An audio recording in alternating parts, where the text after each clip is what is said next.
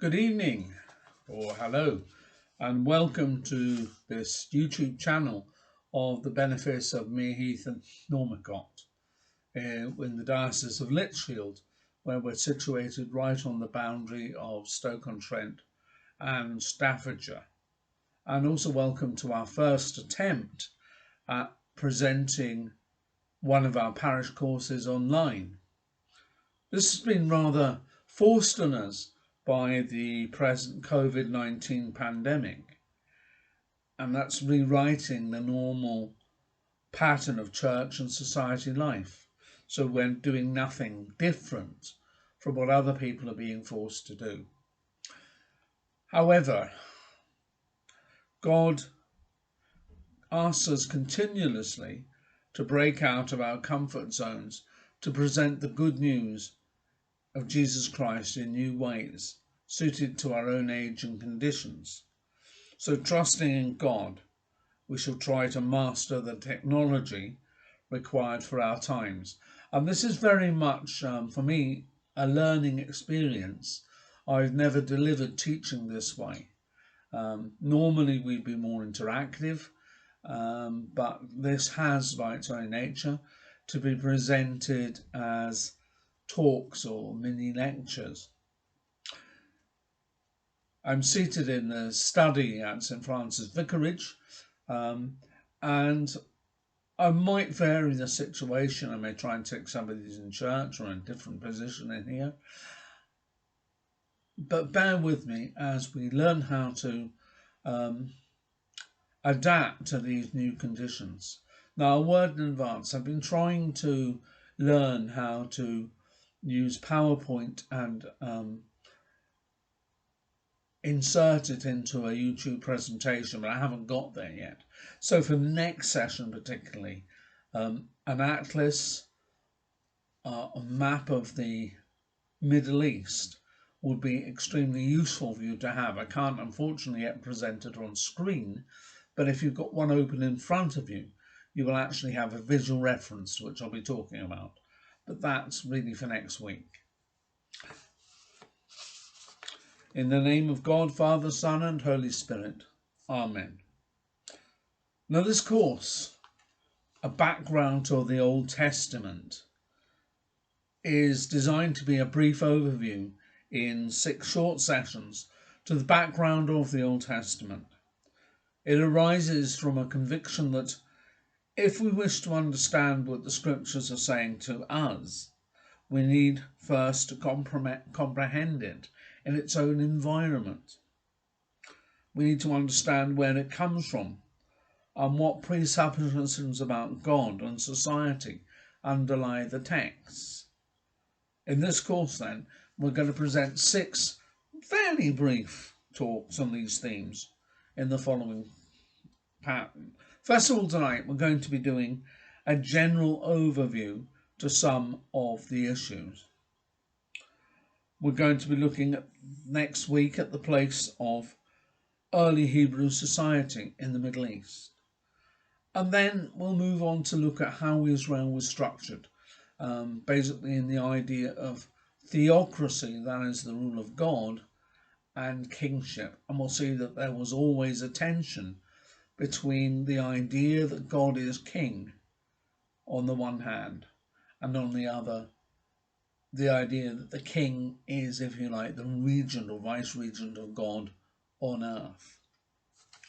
And then we'll move on in the 4th session to look at Hebrew religion before the exile. It's a definitive period, and we'll see that actually there was a lot of change going on. It changed much more after the exile, but the foundations of what we understand to be Hebrew religion were arrived at before the period of the exile. No course on the environment of the Old Testament could possibly be complete without a section on the family and wider society, for it was that was the foundation for the whole structure of Israelite society, as it was indeed for other societies at the time. And finally, we're going to take a look at the break between early Hebrew religion and what became known as Judaism at around the time of the exile, the end of the First Temple, and then developments in the very early years after the people of Israel began to return from exile and establish a new temple. Now, as is evident from the subjects of these talks, this isn't really a course about the books of the Old Testament themselves, but it's concerned rather with some important themes which underlie a lot of the concerns in these books. The course will direct attention to how one people's relationship with God was affected by the prevailing Middle Eastern cultures, and how in turn this has affected the cultures themselves. And this isn't just academic historical interest. This is stuff that affects how Christianity works today.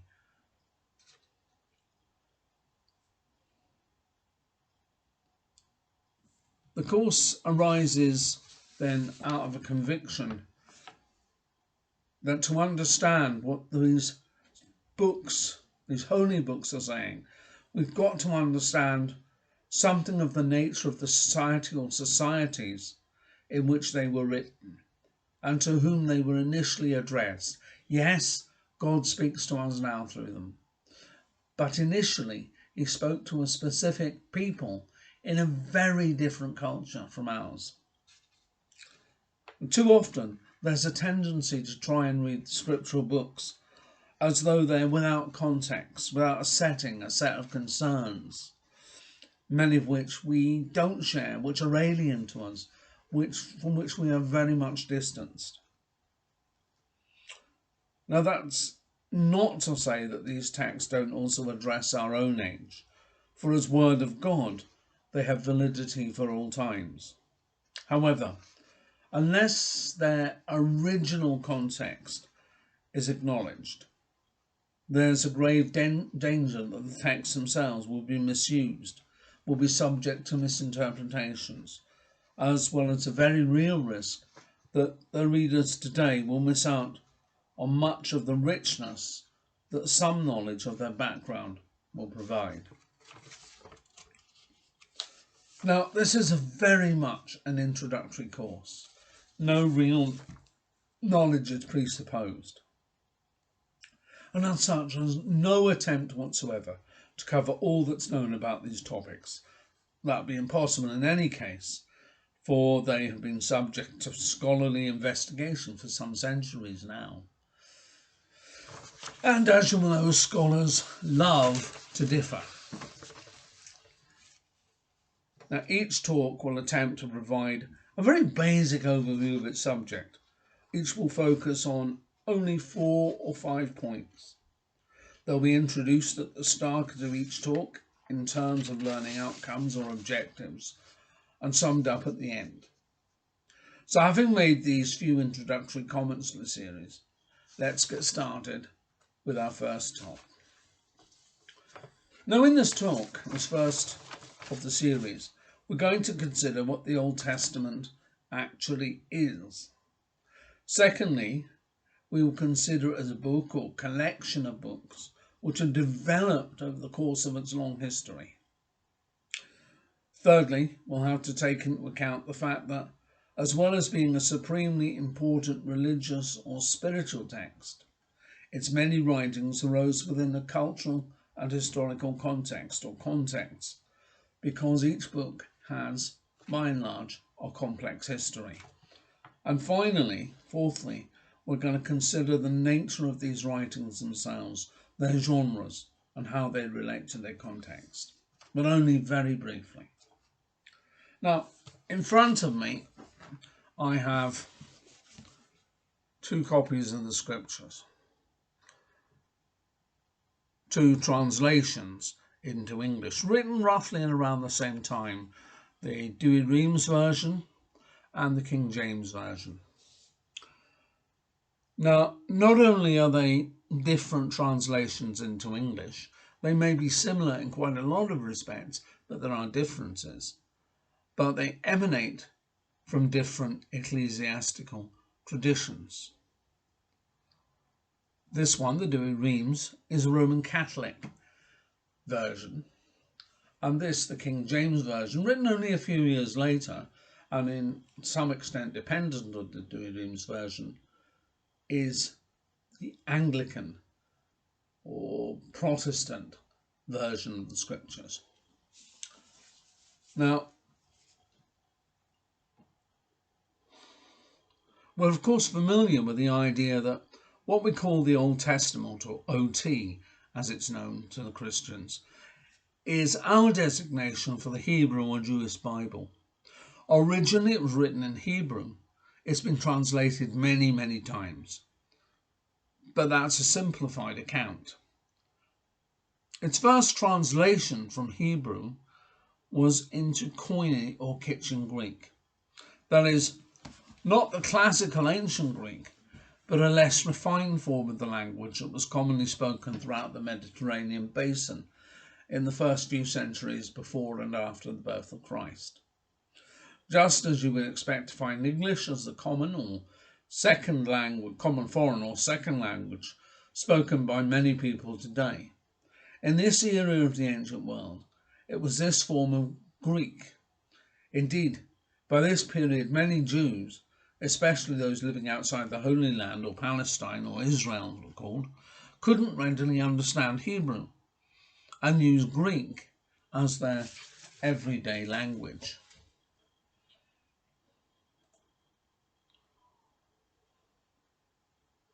Now, the Old Testament didn't come as a holy book written all at once. It didn't descend from the heavens into the hands of a receptive, grateful people. What we call the Old Testament is a collection of works written over about 1,000 years. Now, as with many, many books, each of these books could have multiple authors, and having been written perhaps by one, but more likely by more than one author, they had redactors or editors, people who went over the book and added to it or changed things in order to advance an agenda, the teaching of their leader, to clarify issues, or to rewrite stuff that they were not happy with as literature. Now, also here I have, if you can see it, I lift it up, a copy of my doctoral thesis. As you can see, it's quite lengthy. Now, it's an example of a single authored text. I wrote every word in it, but it's been redacted by me many times. In the course of writing it, I took 5 years to write that. In the course of writing it, I rewrote each chapter in it several times. Part of that was done by myself on my own. Part of it was a result of conversations with other people, my supervisor, theologians at other universities, friends, and so on. They all had an input. The final work is mine, and it's mine alone, but I'm indebted to lots of other people for their ideas, their suggestions, and so on. And at the end, when I presented my thesis and the external examiner had looked at it, he made some suggestions. I took the thesis away and I made 1 or 2 changes in line with those suggestions. Now, in a way, the Old Testament books were written in the same way. The author of each book would have had a purpose in mind when producing the text, and this purpose varied. A few might have had the aim of producing a holy text. Yes, they might have said this is what God is telling me to write, this is addressed to the whole people. It is particularly holy. But the majority had other purposes. For example, writing history, or perhaps they wanted to change people's idea of what history is, or perhaps they were writing laws, or poetry, or what's generally known as wisdom, and so on. But that's also true of the redactors or editors. Now note that these authors and redactors didn't in general intend their work to be specifically religious in the modern sense. In the time of the Old Testament, which is a very long period of about 1,000 years, there wasn't really a gap between religion and life or society. The whole of life and society was imbued with religious feeling and awareness. Although again, that could differ very much from our modern understandings. Now, precisely because the Old Testament was written over a period of about 1,000 years, and much of it had an even older oral prehistory, there can be seen developments on many levels. We can see how culture was developing, how the society and the structure of society developed, how religious ideas changed, how language was used to convey ideas, moved, and so on. Now, it shouldn't surprise us, because God works through human culture and institutions, which are by their very nature not in themselves fixed. Now, it doesn't mean that religious truth changes. Rather, it means that that truth adapts to express itself in terms of its own environment. Now, to the ancient people of whatever region, there didn't exist a divide between the divine and the human, the secular and the religious, as there is usually in our societies. What does seem common to all cultures in the ancient world was an awareness that the divine, whether you talk of God or God's spirit, whatever, permeated the whole of life. This can be seen, if you like, in the earliest senses of place, as places being suffused with the divine, of sacred places, objects, or persons. The belief that God is encountered through the ordinary physical features of the world underlay the conviction that the world was filled with spirits, sometimes good, sometimes evil, sometimes neutral. And these spirits needed to be propitiated and kept, well, if not friendly, then at least neutral or non-hostile. Life was precarious and you didn't want to upset the spirits or the gods. This sense developed and became more sophisticated over time, but it was never absent during the ancient period and can be encountered throughout the Old Testament, even in texts which at first seem to condemn the ideas. Now, the cultural nature of the Old Testament is very much reflective of the times and places in which it developed. In the early periods, we find strong influences of a nomadic society or semi-nomadic society, and we see this in its understanding of the encounter with the divine, as well as in the nature of its laws, its penalties, societal structures, and so forth.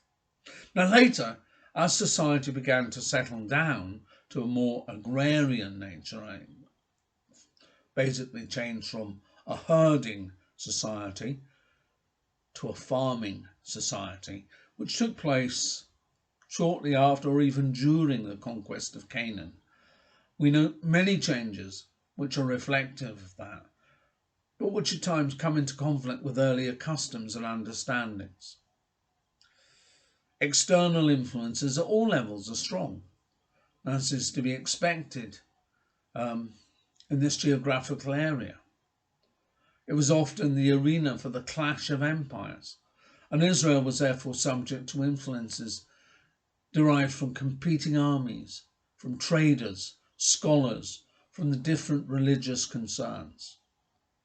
Sometimes this had a very negative impact on society, but also at times it had a surprisingly fertile relationship which could be mutually beneficial, not least in the development of societal structures and religious and theological beliefs and practices. Now, just as we might expect that a library, even a specialised example, will contain a range of books covering several different genres, so it is in the Old Testament. It's a collection of many varied works, some of which fit neatly into a genre, while others may have themselves more than one, even many on occasion. God speaks through the Old Testament, as he does through the whole Bible, and we rightly talk in the books of Scriptures as being inspired. However, this does not mean that God dictates the word to one or more secretaries. Each writer, although under the Spirit's guidance, will write about their concerns in a way which will make sense to them. So we find books of law, of history, of poetry, of wisdom, worship, and so forth. And it's because we find that many writers are a hand in what was to become a named text. So the book of Genesis has several writers identified with it. And we find within a book and within the Old Testament as a whole a wide range of genres, generally complementing, sometimes in tension with each other. That raises questions about the nature of a text and indeed about its inspiration. If, for example, we find that a text purporting to be holy contains what we now know to be a deliberate rewriting of history, what does it say about the text genre? What does it mean for its inspiration? And what does it imply for the nature of its authority, both in its own context and for today? These are questions which more properly belong to a study of the actual books, but they're questions we ought to have in the back of our mind when we're looking through these books and encountering different cultural influences. We're seeing something happening in the background. Why, for instance, is there so much wisdom literature in the Bible? Why is there such a concern with history? Why do different books have a different vision of history, even a different account and understanding of an historical event? What's going on in the background? The books of the Old Testament are by their nature fascinating, but we will certainly gain more if we understand what is going on, if we try to have an awareness of how it's developing, what's going on in society, why there's a change from a nomadic society which relies on herding flocks to a broader based, more settled society, which yes, still has its flocks, but also has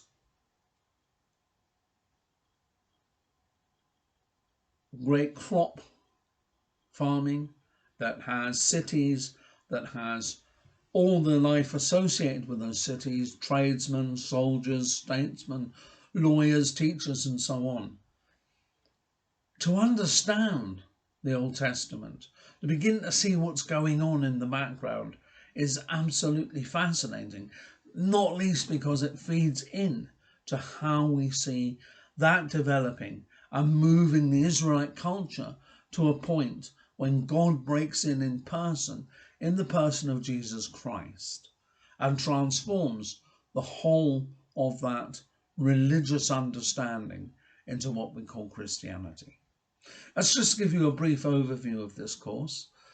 I hope that you will enjoy it, that you'll find it informative, educative, and perhaps even sometimes amusing. Next week, we're going to be taking a look at the very early stages of Israelite society. And for that, as I mentioned before, it would be a good idea to have in front of you an atlas you can refer to with the Middle Eastern pages open before you. Ideally, a biblical atlas, but an ordinary atlas will do almost as well. This video will remain, all things being equal, on our YouTube channel for the next period, certainly for the next few weeks. You can return to it again and again. I hope you look forward to this. I hope to have your company again, although of course I can't see you, you can see me. And if you have any questions, just email me or phone me. I'm always ready to try and help people gain a greater understanding. Good night. God bless.